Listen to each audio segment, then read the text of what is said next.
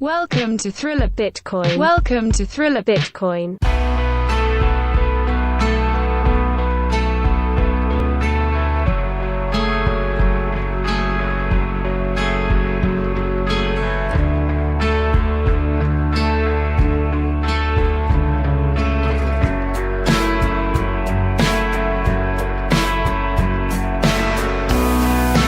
burden's too heavy, the waves too strong.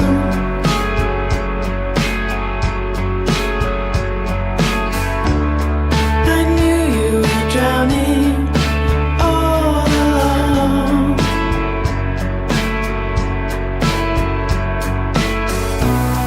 If I could just save you one last time,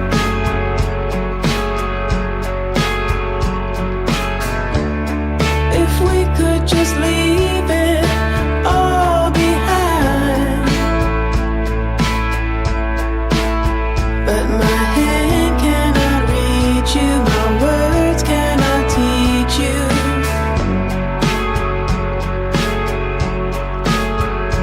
I can't pull you out, you keep letting me down.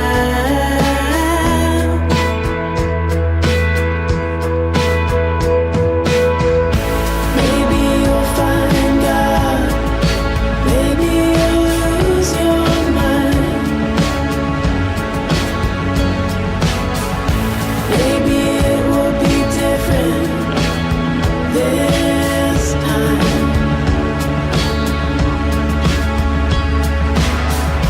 Maybe you'll find peace out there on the line.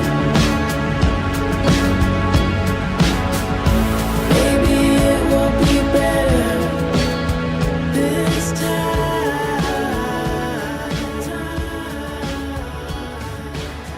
I want to kind of talk about like the year of 2022 for Bitcoin and just kind of your thoughts on it. Cause I know you see a lot from where you're at and you do a lot of pods and a lot of writing and stuff. So just kind of want to hear your thoughts. I kind of want to go down a list. I kind of have a list. We don't have to stick to it, but what's the biggest story in Bitcoin this year, do you think? Oh man, you caught me off guard. Let me reflect a bit on the events that happened because maybe I might be stuck in a bubble. From a development point of view, there was a lot that happened. And even though the Lightning Network matured, I think that the skepticism increased in regards to it, which I think is great as it proves that we really need to move forward and make this happen. At the same time, we did not have enough on-chain activity to justify moving to second layers. You can look at Liquid, for example, and you can see that it's a ghost town and the blocks are empty. Now that you have mempool.space displaying Liquid activity, you can see that nobody is using it, which is kind of sad. So really, there was a lot that happened. There was a lot of development in terms of privacy stuff. There was Wasabi 2.0, which launched, and they do more advanced and more larger, more complex coin joins, which give you a larger crowd in which you can hide. Of course, the war with Samurai went on, and there's also, right now we have, but I guess this is from last year, but we have the wallet by Commerce Block, which is called Mercury. And that one allows you to use state chains to do coin swaps. Basically, it means that you are exchanging your UTXOs with somebody else's off-chain. So there's no permanent record of your exchange. And basically, if you don't like your UTXO for whatever reason, you can change it with a stranger. But you can get a worse one. Like you can get the identity of whatever, some exchange hacker. But you can also just do this for fun with a friend. I don't know. I guess I was stuck in this bubble with privacy and I've missed on the larger picture. But I think that overall it was a super interesting year.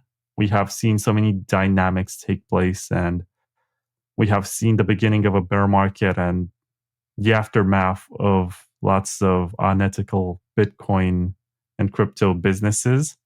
that collapsed and what happens when that event takes place. It was crazy last year when miners moved out of China. And now I think the mining pool with the largest hash rate is, I think it's Foundry USA. I have to double check, but lately that one has been huge. And the ones from China have less than 50% right now in terms of distribution, which is interesting to see take place in such a short amount of time. And it's also proof that proof of work is the way to go, because it's so dynamic that you don't get this small group of people who monopolize the entire mining and securization of the network. So yeah, I'm like, are you interested in something specific, or are we gonna talk about No, it's good developments? No, it's good. It's good to hear your different areas that you kind of define as I mean, upon this quick little reflection of 2022, I do see the Lightning privacy side as well too. Just from over here, I see that the just sheer awareness of it is at an all time high. I think last year I remember seeing a couple talks, but I feel like this year Lightning privacy is just on the top of everybody's mind that I talk to on a daily basis. So it's good to see kind of developers and even anonymous developers start creating projects for that. And we saw Ellen Proxy and the guys at Mutiny Wallet and all that kind of stuff kind of happen. So I do think that's a trend that we're going to start seeing even going into 2023. And I do see that, like you had mentioned, Wasabi and other coin joins. And I know Ben Carmen created a Vortex. I haven't played around with it yet, but that's another coin join project of a sort. But yeah, it's interesting too how, the mining sector, as far as where it moved, I do feel like Texas got a lot of that hash power. But I've had this conversation with Charlie Lee in an episode that were recorded earlier this year. And I basically told him that it's super ironic how the United States wants to regulate mining harder than China ever did. And they're much more concerned about it. In the case of China, they would say that it's banned, but they would let it happen. There's a lot of this, how should I put it, gray market developments that happen in authoritarian countries, where you assume that the law gets applied by the letter of the law, but it doesn't. And there's a lot of freedom in small areas where stuff happens. Whereas in the United States, everything has to be regulated, has to comply with local, governmental, and federal laws. It's pretty insane when you think about it, that the United States is trying to impose more rules on what you can do with your computer and what kind of cycles you can hash with your processor than any other country in the world. No, I agree. There's one of the biggest stories of the year was the whole Tornado Cash debacle, right? The SEC had came out and started blacklisting, I guess transactions or addresses, I should say. That was kind of mind blowing. Seeing that actually happen. I mean, it was on the Ethereum side, but it definitely felt like the first shot from stateside that they were going to go after developers who were contributing code to this thing. It's crazy. Yeah, but Tornado Cash is different from Bitcoin CoinJoin protocol in the sense that it's a smart contract that's deployed on chain and it has a token. So these differences are pretty important in defining what it is and how it works. And you can argue that as a smart contract, it's more centralized than something which is an open source protocol that anyone can download. it's also more censorable because you can just make your node provider, and in the case of Ethereum, you have like 3 or 4 of them. Actually, yeah, I guess you have more, but I suppose some of them rely on some other big infrastructure provider. But Ethereum is not really decentralized. It relies a lot on politics and lobbying. They do a lot of that. Yeah, and it was they don't want the veil to be lifted.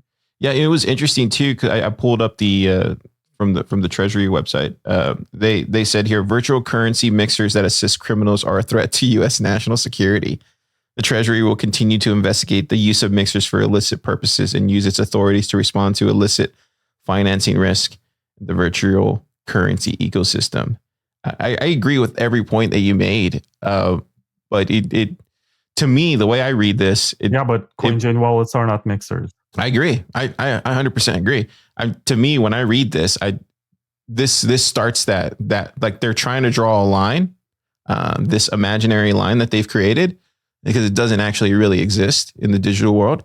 And then they're like going to keep moving forward on that line until we kind of push back on it. That's kind of how I see it playing out. But yeah, man, these are dark times. I mean, we saw what Trudeau did this year too. That was another thing. When you look at what he was doing as far as the anti-mandate protesters, and then like freezing their bank accounts, that was unheard. Like what? Like what kind of dictatorship is this in Canada? What did you think of that? Did you hear about that? We have been talking about this for such a long time that it's possible for that to happen.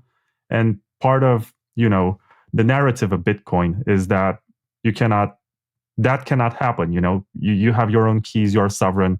You can use your money however you want, whenever you want, without any government telling you not to use it. And then you have this situation where it happens in the place where you expect it the least. You would assume that Canada is like a pillar of Western civilization and freedom of speech and freedom of protest and expression. And then you see that happening. And you see how an elected prime minister basically turns into a dictator who uses, divide and conquer for the purpose of trying to stop protests against something that he can no longer control, and turned out to blow in his face. And then we were proven right. Yeah, I would say about a couple of years ago that Bitcoiners were concerned trolling. And they were just talking about stuff that can only happen in China, but in China, like in the worst possible scenario. That's not going to happen in the West. Most people are unaware that this can happen to them, and they still turn a blind eye to the concept of CBDCs. And if you want to go into that, there are going to be pilots in lots of countries starting next year, and that's super concerning. Yeah, and just to kind of zip up this last point was the Emergency Act that they had passed in 1988 required a high legal bar to be invoked. It may only be used in an urgent and critical situation, and they considered this was to me the kicker to this whole thing. They considered 400 to 500 trucks that were parked in the city center for 18 days as a threat to their democracy. Isn't that insane? Like they raised a total of 8.4 million on the crowdfunding platform, and it was like 93,000 donations for the truckers, and they didn't see a cent of it. It's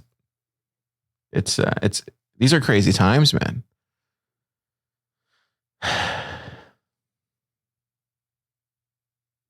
I agree with you that it's ridiculous, but at the same time, I don't think there was any point in the history of Bitcoin when the use case became as obvious to everyone. And anyone who got exposure to it understood what it's for. And there is no going back from here. And I think that Bitcoin in the short term or medium term, maybe, will not become what we hope that it will become, meaning that it's not going to be this universal currency, but it will be a great way to protest against your government. When you start using it and you develop a parallel economy with different markets where you sell goods and services in exchange for Bitcoin and the government doesn't get the cut, that's going to be a moment when they start to make concessions and they step back and say, okay, what do you guys want? Or else they become violent. But if you have a critical mass of Bitcoin users who use it peer-to-peer like it's intended, the governments will have to negotiate and realize that they're becoming obsolete, which means that they have to adapt to the situation. Yeah, and to get back to that point about the CBDCs, I think that's just going to be the whole surveillance. The quickest way the WEF can get to full control of the entire world, man. I can see one digital currency, and I can see them try to, pilot this into all these different countries, and for them to adopt it. We're moving into a surveillance world, man. I mean, we're already there. This is just the cherry on top.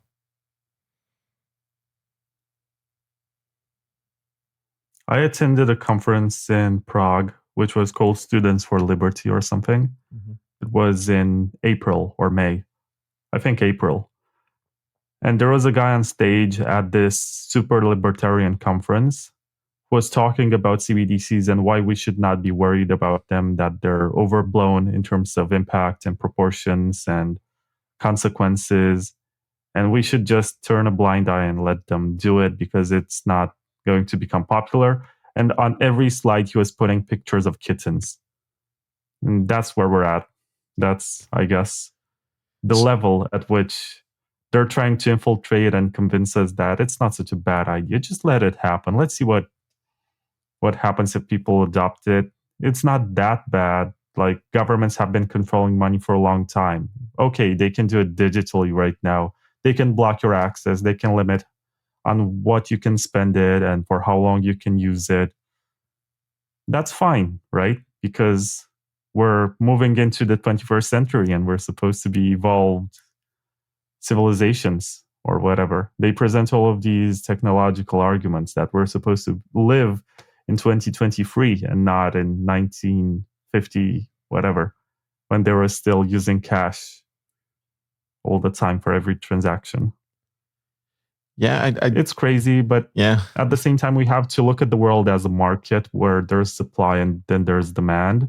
If there's a supply of something and we create no demand for it, then it's going to cease to exist. So it's up to us to either adopt something or else make it redundant. Yeah, I personally think that once we have CBDCs, it's just going to lead to even more hyperinflation. Like, at some point, if they can just literally print, I mean, these tokens, I mean, that's what they are, right? They're just going to print these tokens and they'll say there's dollars somewhere being stored that are one-to-one backed on these things. And people are supposed to take their word for it. At that point, like, it's gonna get really, really, really crazy, really, really fast. And I think that all that'll do is just lead to hyperinflation into a total collapse of and that's when I think Bitcoin will really see its at the turning point. Because people will really realize once they roll out these CBDCs that all they did was just light gasoline, or they threw gasoline on that fire that is Bitcoin, and then that's just when it's just going to take over. And I personally believe that people will just opt out. People will just say, I don't want it. I don't want your CBDC. I only accept Bitcoin. I think that's what's going to happen if they really do try to push this through. It's just not going to work. Well, you're right that they can print as much money as they want, but at the same time, you have to realize that they also control how it's being spent. So it means that they can fake the demand for it, meaning that they create a huge supply and then they limit somebody else's access to their money on the other side. So they essentially burn part of the supply so that the newly inflated money does not impact the economy to the same extent. So they can play the Robin Hood game. They can play the authoritarian government game, where if you speak against the government, you're not going to be able to buy groceries anymore. They can do a lot of stuff to limit how money is spent. And that's why we have inflation, right? Because they create money out of thin air, and then it doesn't get spent the way that they expect. People are not complying to some agenda. But what if they were limited in the ways that they can spend it? Meaning that they will do exactly what the government expects them to do, or else their money will expire. So I don't think there will be hyperinflation with CBDCs, because the central issuer can manipulate how the money is being used and how much of it exists. So when they create some coins on one side, they can cancel or burn some other coins on the other side. It's all within their control. But people will turn to Bitcoin because of freedom. I don't think it will be for monetary purposes. I think that people care much more about their own freedom than they care about their money. But that's just my hypothesis. You can disagree. No,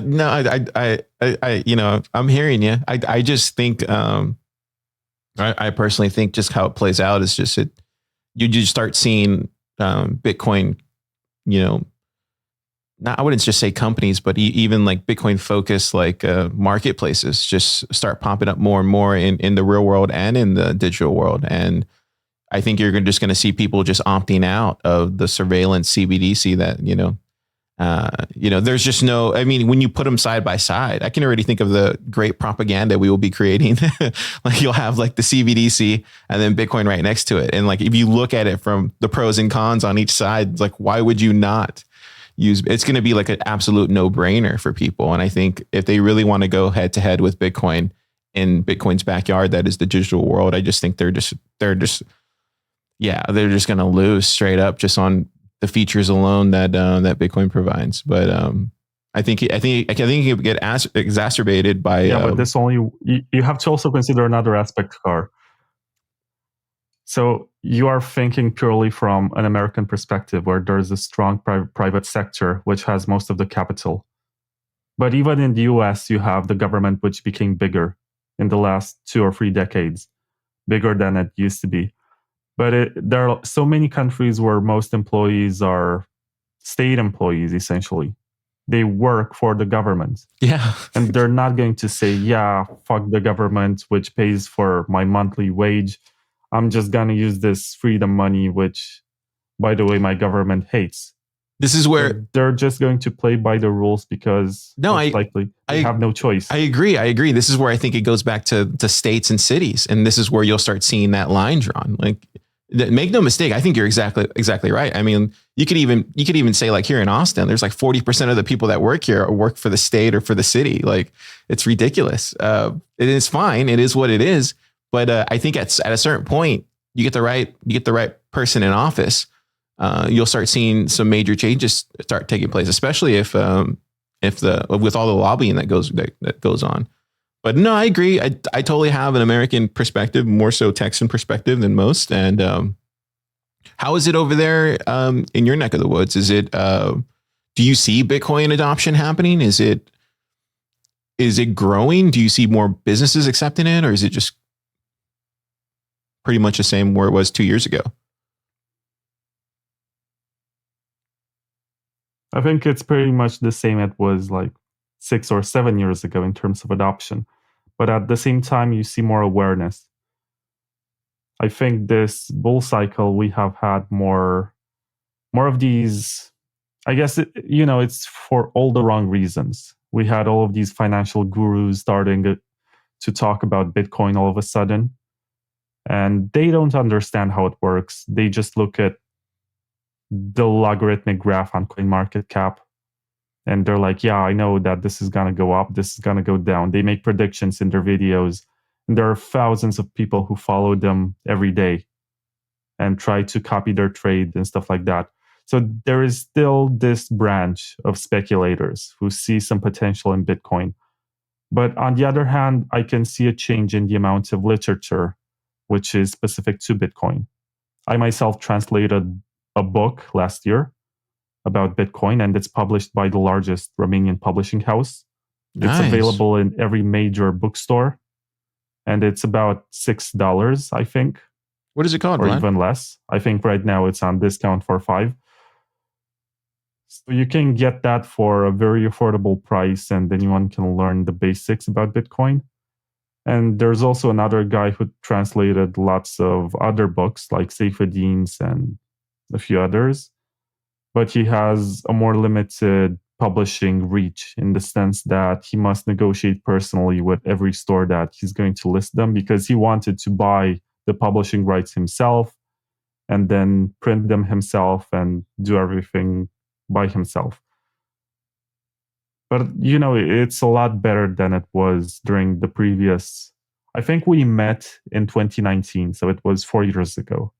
Right. About January, when I published that article about Richard Hart. That's what we discussed about. Dude, So that compared to guy's then, still there's going. A lot that has happened. That guy is still going, Vlad. How is that possible? Yeah, at the time it was called Bitcoin Hex. Oh man. God. So go ahead with your question. How is that possible that Richard Hart is still around? Yeah, dude. It's Well, a new fool is born every day. So, as far as lightning, do you see that uptick as well on that side too as well, or do you kind of just consider you just kind of look at Bitcoin more so as far as adoption? I mean, I attended a hackathon by Fulmo in February of this year. And I saw so many enthusiastic builders who don't care about the price, who don't care about anything related to immediate adoption. They build stuff because they need it. And they build stuff because they think others will need it in the future. And there's a lot of cool projects. I interviewed a few. There's LN Bits by Ben Ark, which I think is brilliant. You can set up your Lightning wallet with nothing but a phone or your computer in your browser. There is Albi by a guy whose name is Bulmi or something. He's Dutch. There's also, here in Europe, there's another one from Switzerland, which is called Lipa, and they also operate in Berlin, as far as I know. And they try to create these easy point-of-sale devices that they can use in restaurants and shops for small transactions with Lightning. And it was pretty funny to also see the beginnings of Cashew. Cashew is a Chaumian eCash protocol for the Lightning Network, and it works as an extension for LN Bits. And also I saw the beginnings of Nostr, or Nostar. I'm not sure how you pronounce that. It's Nostr. And that's supposed to be a social media platform, which is a protocol as opposed to a website. It's decentralized. Anyone can run a relay. You can run your own. You connect with others. It's better than the Mastodon federations. And you can only use it to use it, you only need a public key from your Lightning wallet, which you can set up on the spot. And it's super cool. Yeah, dude. Still not on par with the competition. Yeah. No, it's growing. Yeah, it's growing. I'm a big fan of Nostr. It's pretty exceptional. I'm starting to see it kind of. I think just the features alone are gonna get to will help with adoption, because like you can even throw like an invoice inside of the Damus app, and it'll just automatically just hit pay, and then you can pay with whatever your Lightning wallet is just right from the app. It's kind of cool. And then he's even doing something where you can have your profile. It can be like a GIF or like a somewhat like a moving image. So I think it's just going to get to a point where like we're going to look at Twitter, and then we're going to look at some of these Nostr apps, and it's just going to be like night and day as far as like features. And I think that's where we'll get the bulk of adoption, is because a lot of these things, a lot of the reasons why like these bigger apps like TikTok and like Facebook and Instagram, and the reason that they keep continuously get more and more users is because of those really like great features, right? You're even seeing Snap kind of clap back, doing like rev share as far as like trying to move people back from TikTok over to Snap. You're seeing that with YouTube as well. They're implementing shorts, and they're going to start doing like a rev share model as well too, for those shorts. And so like it really just comes down to the feature set, and if you can keep innovating there. And I think when you look at Nostr, if you have this open protocol where everybody in the world is, contributing to this like as a weekend project of a sort, then I think at that point it just becomes like the like kind of like the email protocol for the web. It's going to be really cool. I'm really bullish on Nostr.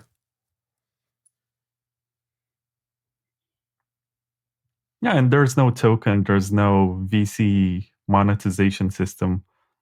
It's super pure, and that's what I like about it. I was there in the Telegram chat. I think it was late 2020 or early 2021 when I noticed that this is happening. And this was by virtue of my friendship with Ben Ark. And there were people like Melvin Carvalho and Fiat Jeff who were talking about it. And I just set up in my browser an account for the first time. I noticed that there's nothing happening there. I was like, okay, maybe it's not happening. At one point, I remember that Fiat Jeff made a comment that now that Elon Musk is buying Twitter, this might be a sign that Nostr is no longer required, because he assumed that the free speech commitment that he made was going to be kept.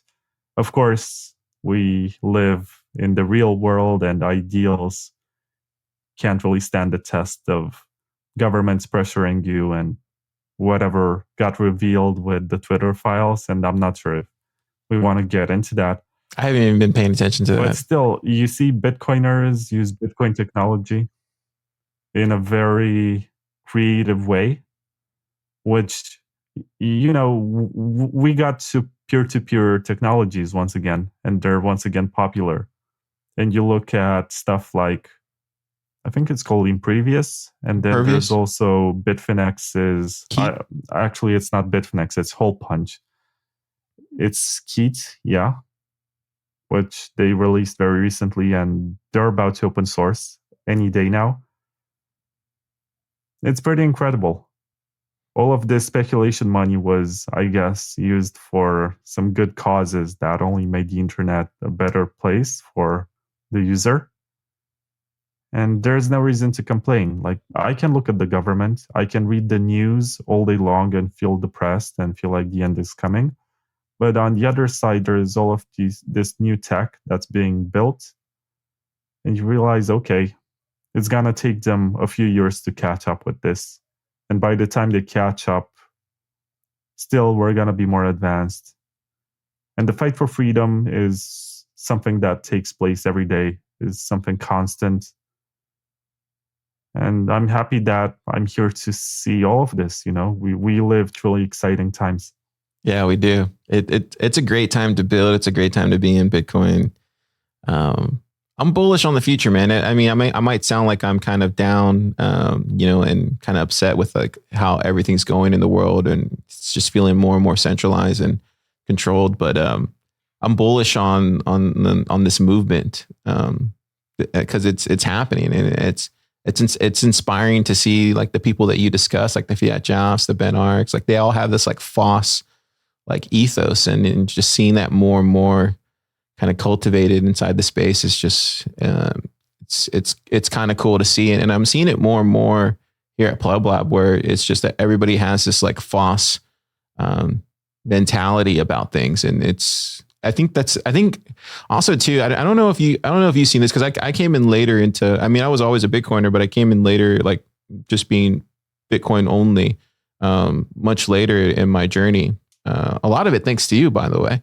But I'm seeing it more and more these days, where there's just people just being much more open than I remember being a poo-poo coiner back in 2017. I don't remember seeing that back then. By open, what do you mean?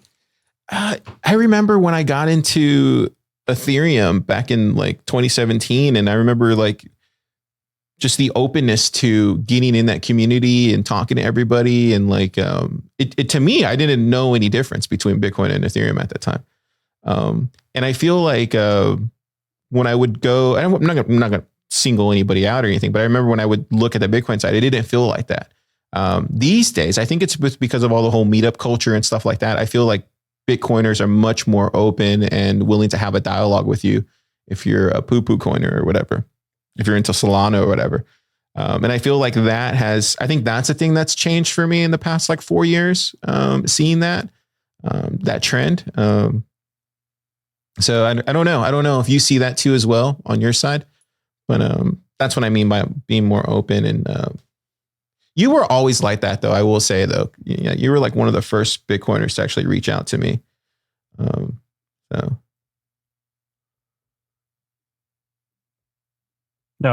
Thank you for giving me credit for something, because I usually get none.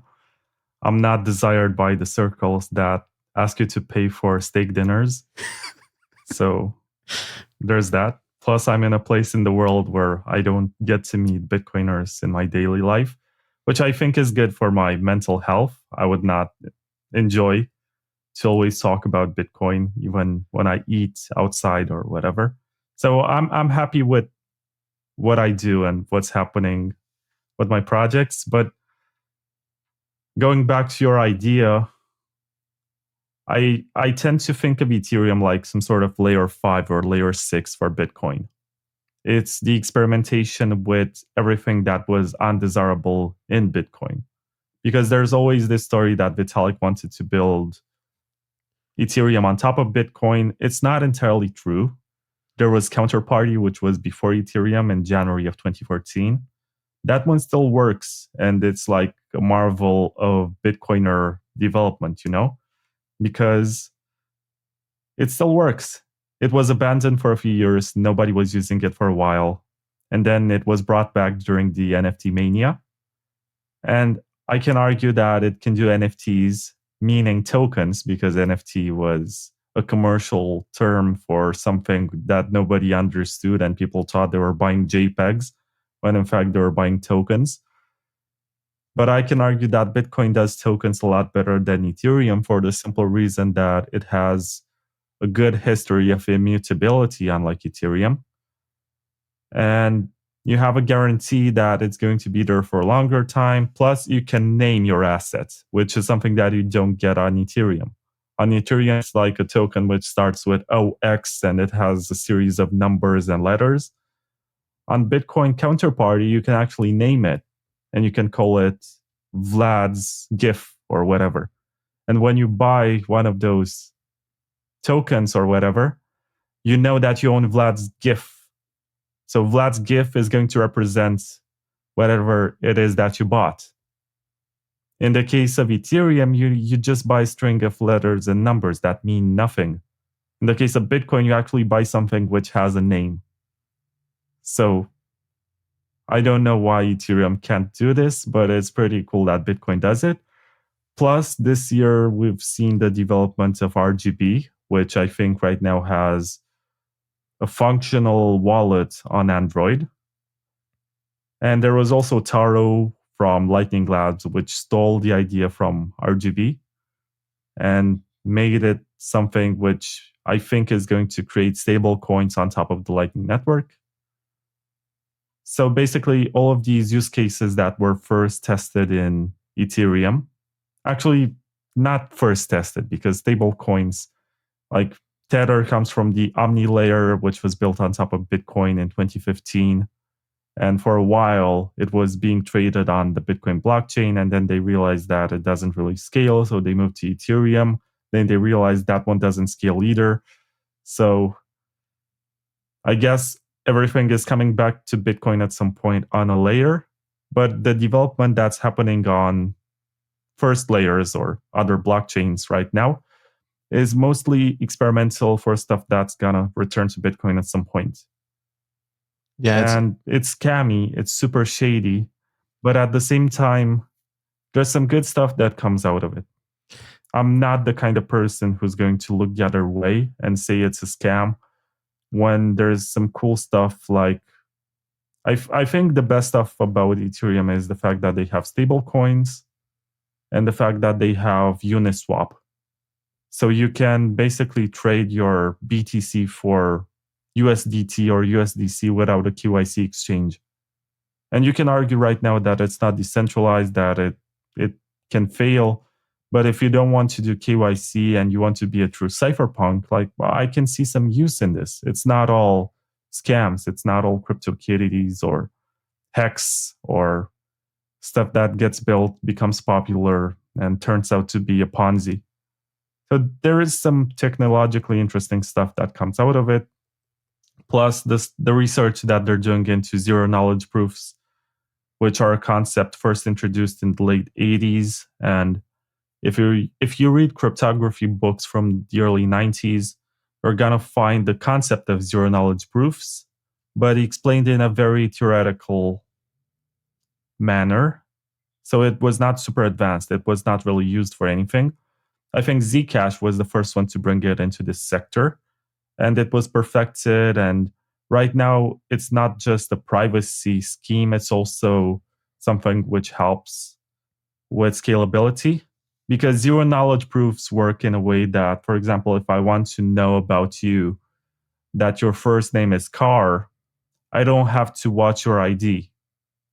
All I need is to get a confirmation with zero knowledge that your name is truly Car. There's going to be a protocol in place which does not reveal to the rest of the world the information from your ID card or driver's license. It just confirms certain inquiries that you want to enable the rest of the world to make about you. And that's only a yes or no.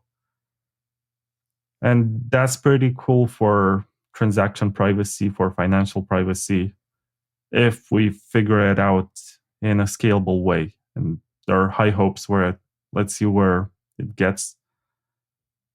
Yeah, I can also talk about stuff like Mimblewimble, which I think is also super interesting for privacy, but it all has trade-offs. There's no universal solution.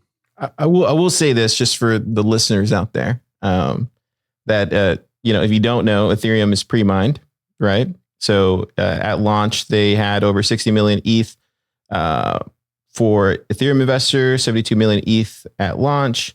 So 62% of this current supply was pre-mined. So it's good to remember that about Ethereum.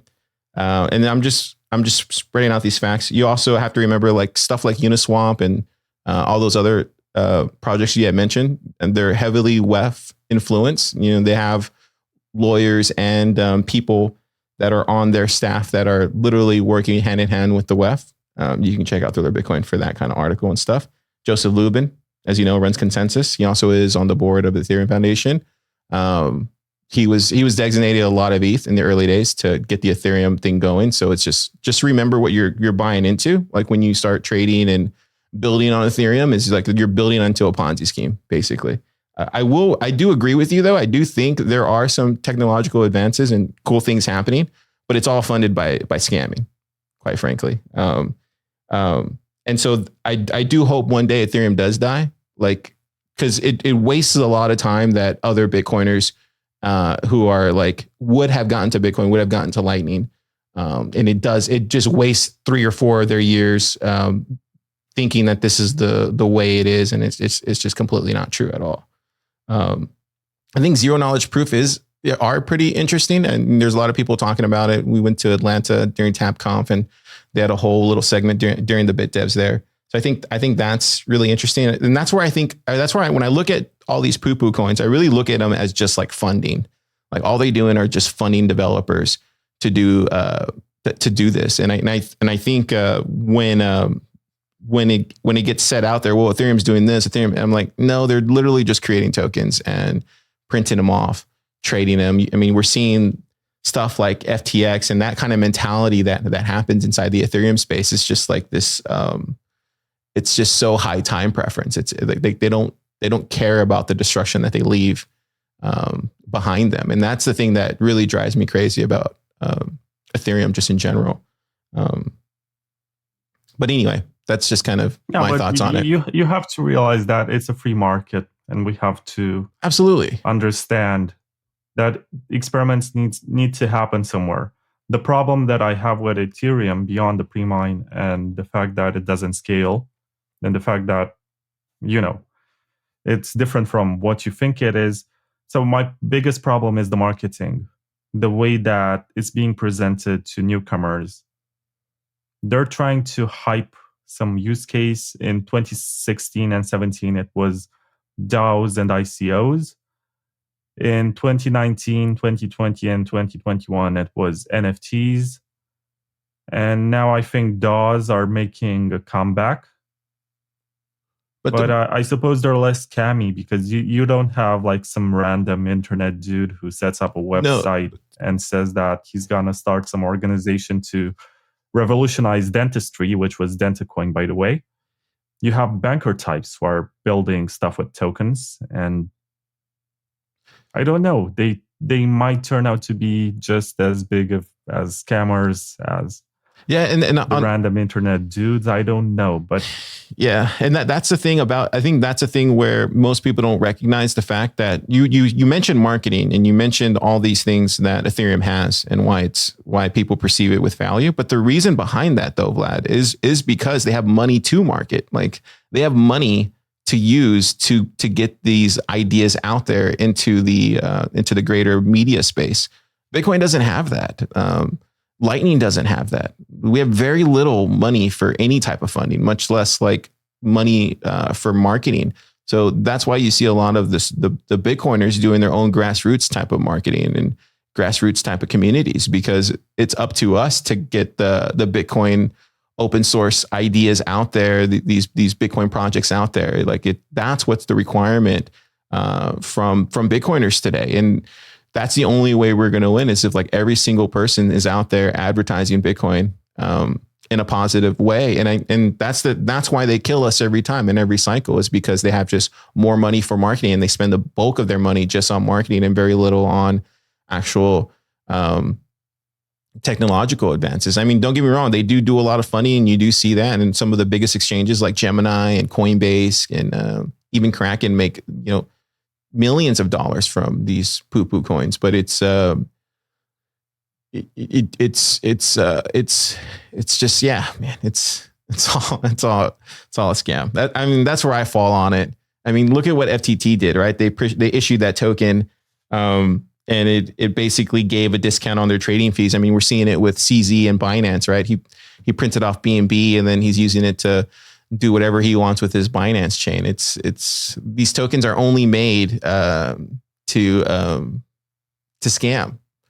It's, yeah. What did you think of the SBF stuff? What did you think of the whole collapse of that? Did you see that coming? Yeah, I did. I mean, I was super skeptical of FTX since I've seen it rise to prominence so quickly. I was wondering, who are these people and why are they so well connected? How come they have the most money for lobbying? How come they have all of these celebrities endorsing them? How come this guy doesn't go to jail and cannot stay in jail? And obviously, it was a huge governmental operation, if you ask me. And that's what it is. And it was an attempt to undermine an entire industry and overregulate it and take control of what they perceive to be maybe controlled to a great extent by the Chinese government. And I'm pretty sure that that's what Binance is. And you have these two polar opposites that used to be partners or whatever, and right now have fought during the last few months. And that's why they're trying so hard to bring Binance down right now. They want to purge the entire industry and whatever. Destroy some of these actors. I think we got to a level where it's a lot bigger than a few dudes doing startups. You have to ask yourself where SBF got his money from and why he was so well funded and why he was always in the media being portrayed as this savior who was doing, what's it called? Effective altruism. I I don't know. I think we got to the point where we have governments being involved through fake private sector companies that try to take control either of the narrative or else of the capital that's being moved around. And the fact that FTX was used in both political campaigns and Ukraine donations only goes to show that it was pretty well connected and tied in with the government. And the fact that it collapsed only proves that, on one hand, they were super arrogant about it. They believe that nobody has that kind of information or the capital to make the bank run happen or the shorting of FTT. And they also believe that nobody was going to talk about it if they know, because they have an incentive to be silent about it. So it was just a matter of starting a bank run on them, and they were destroyed in 3 days. I'm pretty sure that this is a lot bigger than 2 companies. And I'm pretty sure that this might have something to do with the fact that there was that Eric Voorhees debate where SBF basically came out as super arrogant, and he was basically telling everyone, get used to it. I'm in charge now. I'm the one doing the lobbying. I'm the one who's going to influence policy, and this is going to happen whether you like it or not. That was my takeaway from that debate. And I'm pretty sure that there are some whales in this space, okay? And they're not usually making moves, but when they see this kind of threat, they reacted to it. And it seems like this FTX affair was a lot deeper than anyone expected. When you see that this guy doesn't get arrested, and when he gets arrested, he gets bailed out in a few days, and then nobody talks about him anymore, and he's allowed to live for the rest of his life in his parents' house with no issue. And then you think of Ross Ulbricht or the guy from Tornado Cash and lots of other developers who went in for lesser crimes, who did not defraud millions of people for billions of dollars. And I don't know. Sometimes there's this principle that if you owe the bank $100, then the bank owns you. But if you owe the bank, let's say $10 billion, which is more than half of the assets of the bank, then you basically own the bank because they have to negotiate with you to get their money back. So in this case, the bank is the government, and we have this situation where stuff happens for absurd reasons, and there is no sense of justice. And I'm glad we figured this out. It was obvious, but at the same time, we were shown that there is no real justice. So we should not have the reasons to trust in the system that is going to be fair. We should build something parallel to it, which creates a better world. Yeah, I think you touched on 2 things I also agree with there as well. And then also for anybody listening, $1 to $2 billion worth of cryptocurrency was lost with FTX. Just fun fact. Yeah, I think the part that you mentioned about private investment from governments into these funds, I think that's a thing that no one talks about, but that is absolutely the truth. I think we saw that with FTX. I also think like VCs, just in general, the vast majority of them. I don't see it on the Bitcoin VC side, but I do see it on the fiat side. They do have like a checkbox, right? And it's just like this little like bingo card. Do they go to this particular school? Checkbox. Are they a developer that is going to systematically change things from the inside with the technology that they're trying to advance? Checkbox. And it just goes down this line of like these boxes, and then from there it's just hey, we're investing in this, we're leading the round, hey, let's get this over to somebody else, hey, we're investing, okay, cool. And then before it just becomes an oversized snowball that just goes downhill. literally going downhill. And you're seeing that happening, especially on the cryptocurrency side of things. You see that with like what was that? What was the name of that? I forget the name of that DAO or whatever it was called, but you see that on that side. You see that with FTX. And the thing that I didn't realize that you kind of brought up there was the whole whales in the space getting upset and then making moves. That's kind of interesting. I've never heard that before, but I can kind of see that being a thing.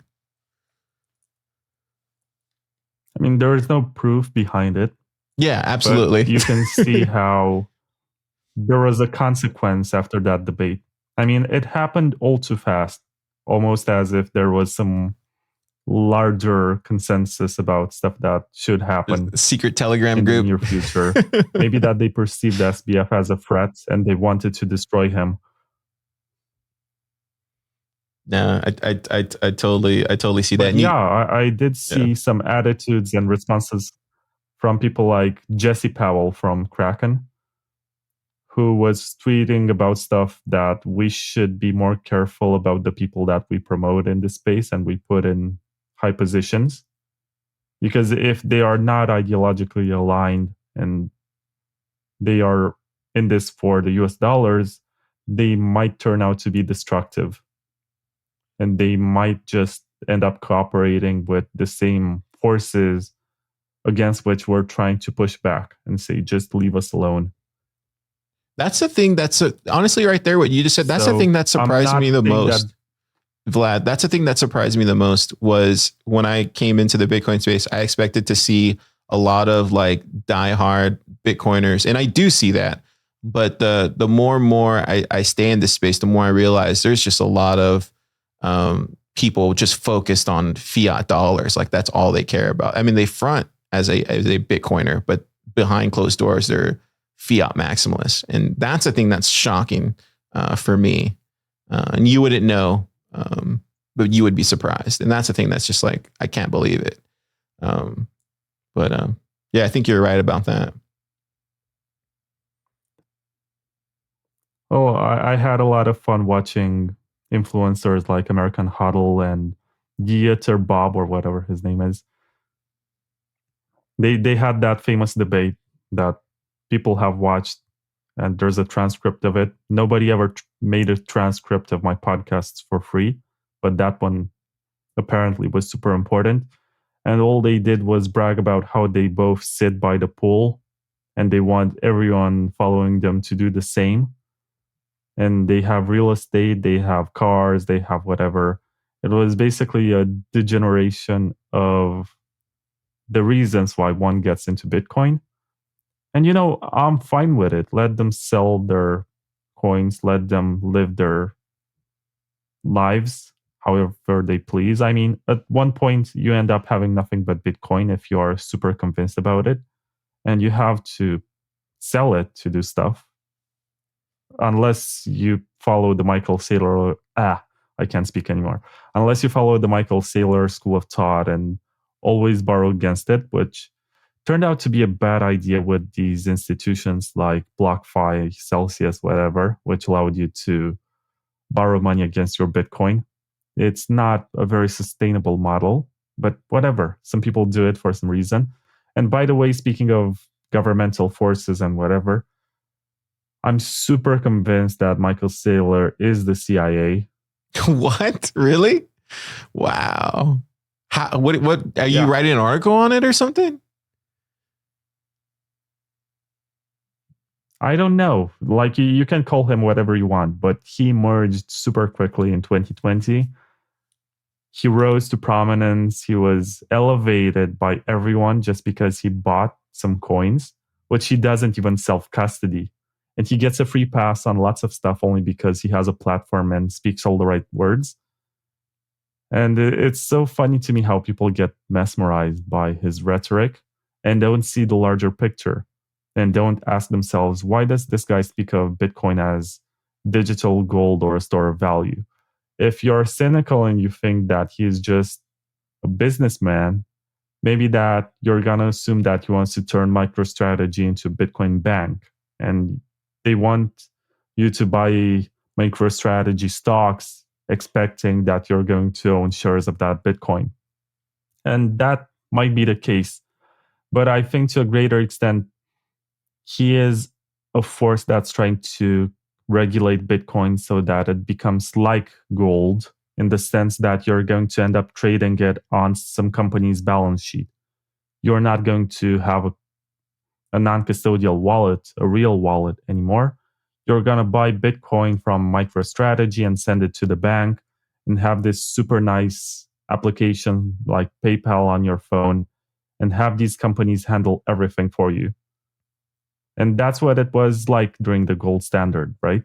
You did not directly own the gold. You had it stored in the bank, and you had banknotes that were issued to be transferred for that gold.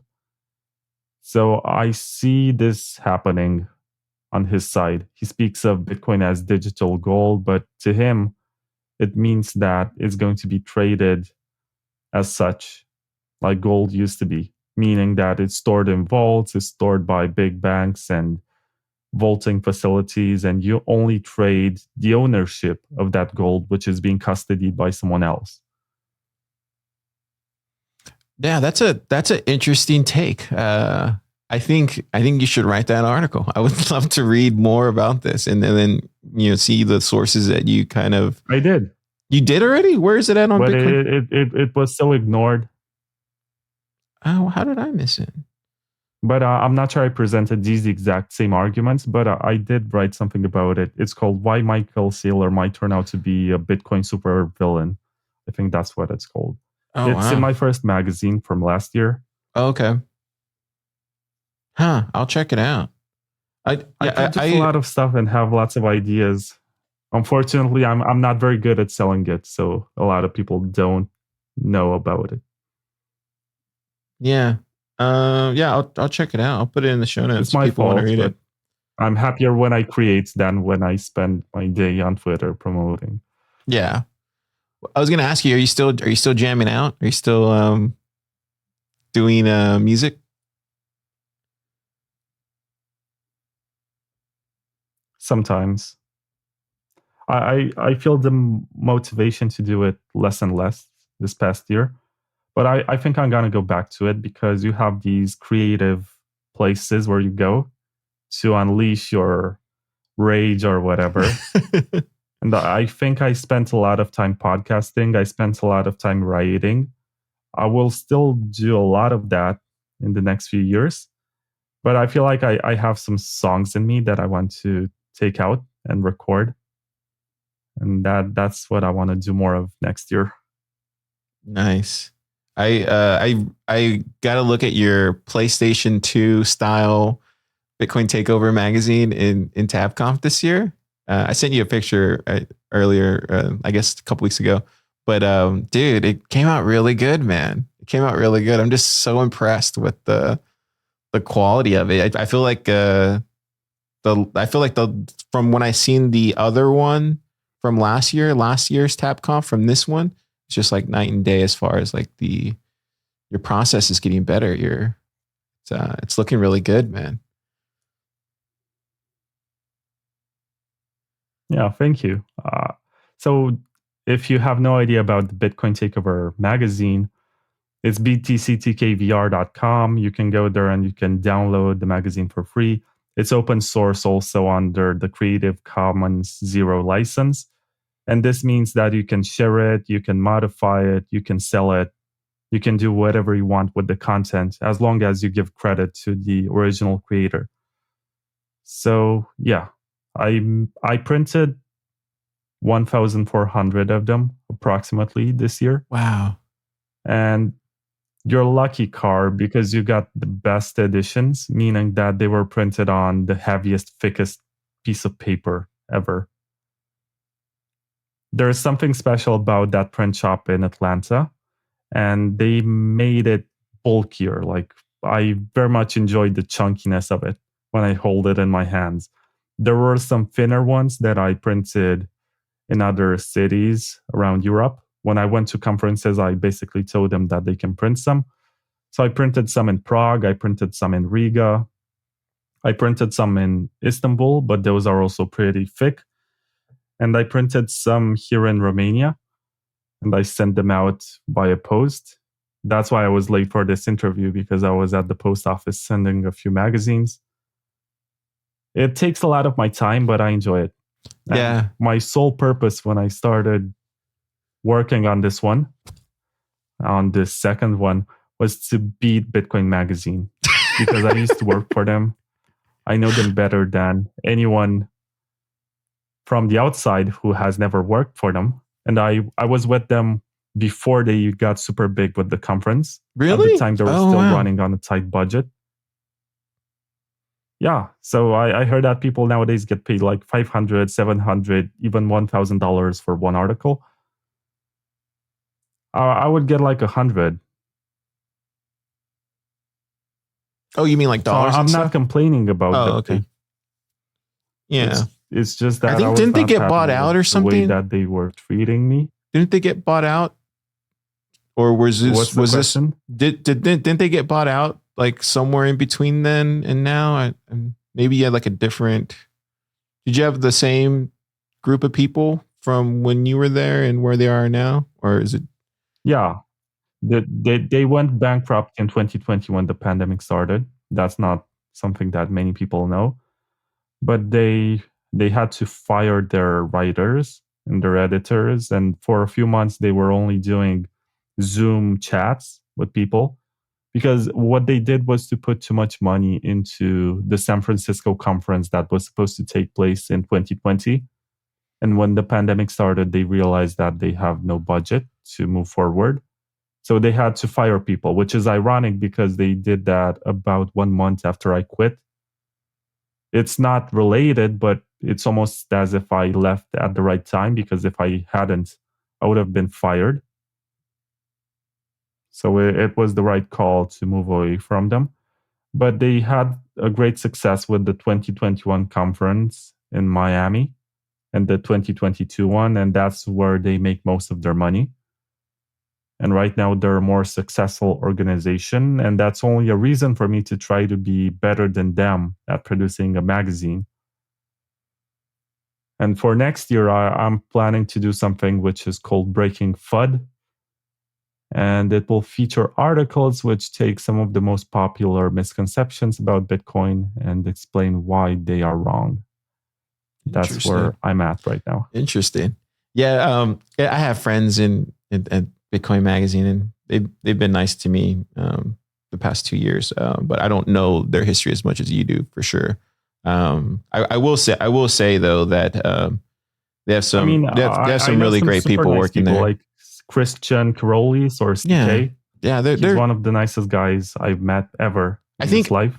I also think too, Vlad, and it's this. It's just that I got frustrated with the management. That's all. Yeah, I also think, I mean, this, and I know this, like doing a whole media company is freaking hard, dude. I don't think there's anything harder than doing a media company this day and age. It's really hard just for eyeballs, listeners, readers, all that kind of stuff. And then on top of that, you throw it into a little niche like Bitcoin.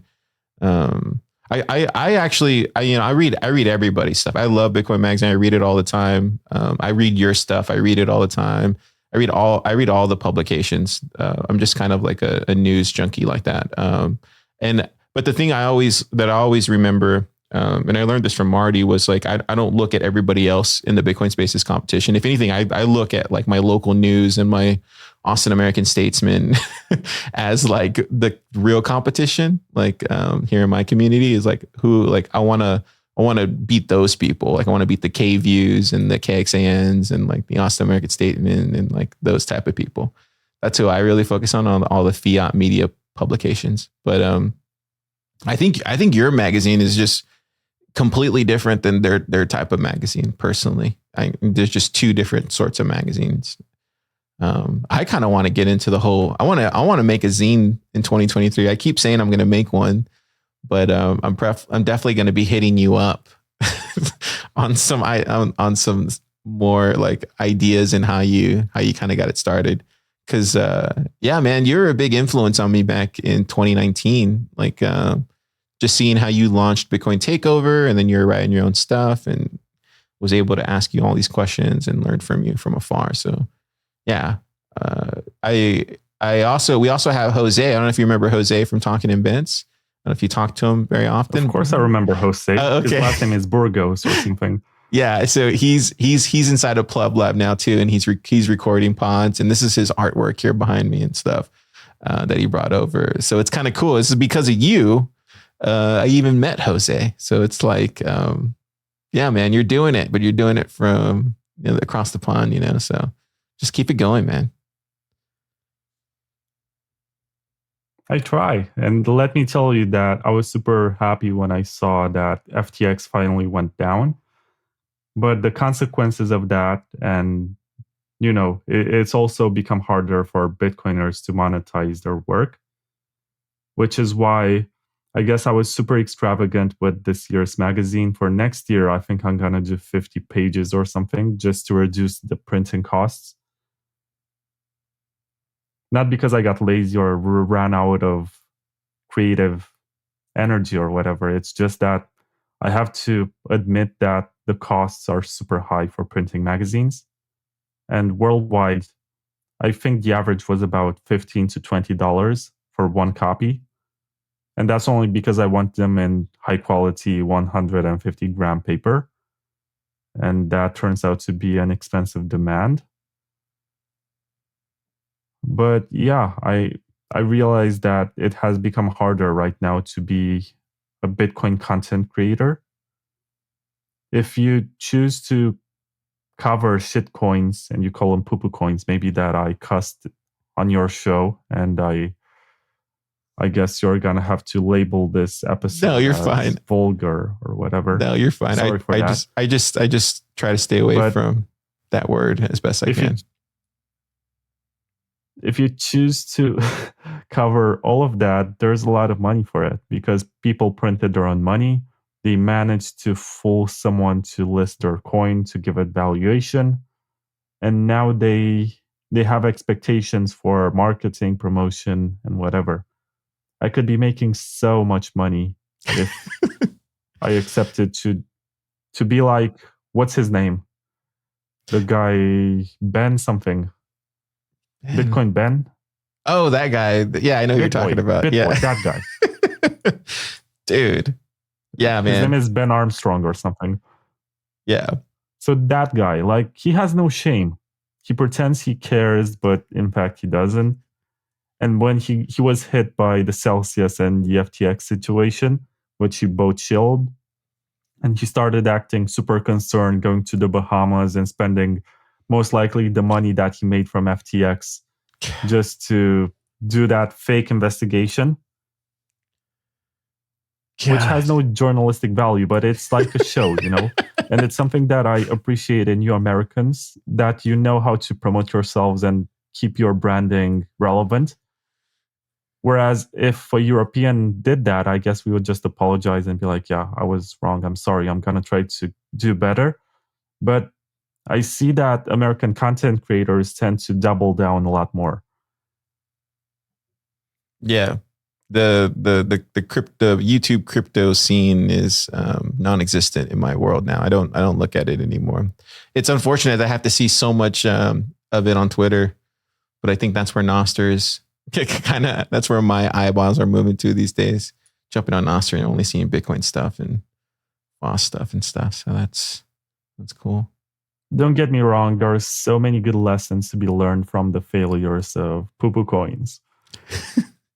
Dude, and there is. We see with every failing coin or token, we see stuff that we don't want to happen to Bitcoin. And for that educational purpose, I guess they were valuable to some extent, at least to me, even if I'm not invested and I couldn't care less. It's just that we are being shown real life examples of stuff that you could maybe theorize about, and you could say that this can happen, but you see what happens when it really happens, and you see how people get hurt, and it's something that you want to avoid at all costs. Yeah. Okay, so I want to finish this off with what's your advice for 2023?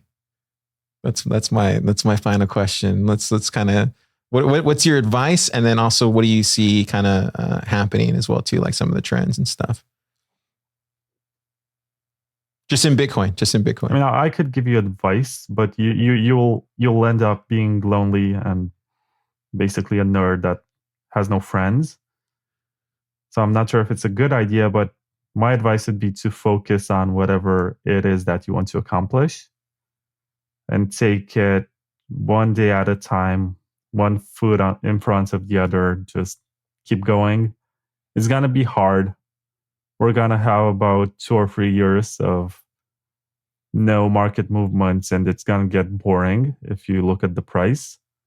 But this is the best time to figure out what it is that you want to do. It's also the best time to pitch your project to potential investors who might have dumped on you. They definitely sold. So, yeah, just figure out what it is that you want to do and build. And success comes afterwards, even though it's not a topic about which I can discuss easily because I still struggle. You know, I might have delivered lots of magazines, but I haven't really made any money from it. I'm just happy that I put them out there. They're out there in the wild and people are aware of my work. So I measure success in terms of impact, I guess, but I'm still not, I cannot say about myself that I made it. I'm like a musician or something that went on tour, did all of that cool stuff that you always wanted to do, but then came back home and she's like, I'm still not successful. You know, maybe that people have heard me speak or sing or produce magazines or whatever it is that I do. But, you know, I'm still not at that level where I imagine myself, which means that I have to work harder. And that's what I'm planning to do. That's awesome. I think the thing I've always seen from you is like you just play to your strengths. You know, you don't try to follow the crowd, and you tend to just like recognize and embrace things. That's what I see from a distance from you. And then you definitely inspire others too. I mean, you inspired me a lot. You have that kind of DIY mentality. So that's infectious. When people see that, it's just infectious. And that's what I love the most about you, Vlad. Yeah. I appreciate your kind words, but you get to a point where you want to do stuff and you run into problems. And usually the biggest problem is the budget or the time or the energy. But you realize that if you're not doing it, then most likely nobody else will. And there's something unique about it, and you need to believe in whatever it is that you're about to do and give it a try. And you're going to fail most likely in the beginning, and people are not going to take you seriously because that's how it works. That's how our minds work. We need to resort to some sort of authority in everything. And unless you have the recommendation from some sort of authoritative party, someone says they like your work, the others are not going to care about it. Which is why with my magazine, I targeted lots of developers. Even if they're not the most influential, they are the most capable of giving feedback and the ones who might help me get better. And unfortunately, I did not get much feedback. I'm happy I got a magazine to Nick Szabo, which to me, I think is the greatest accomplishment.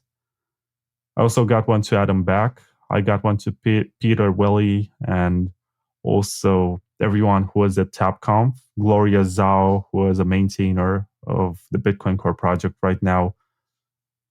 Merch, who is also very active in development.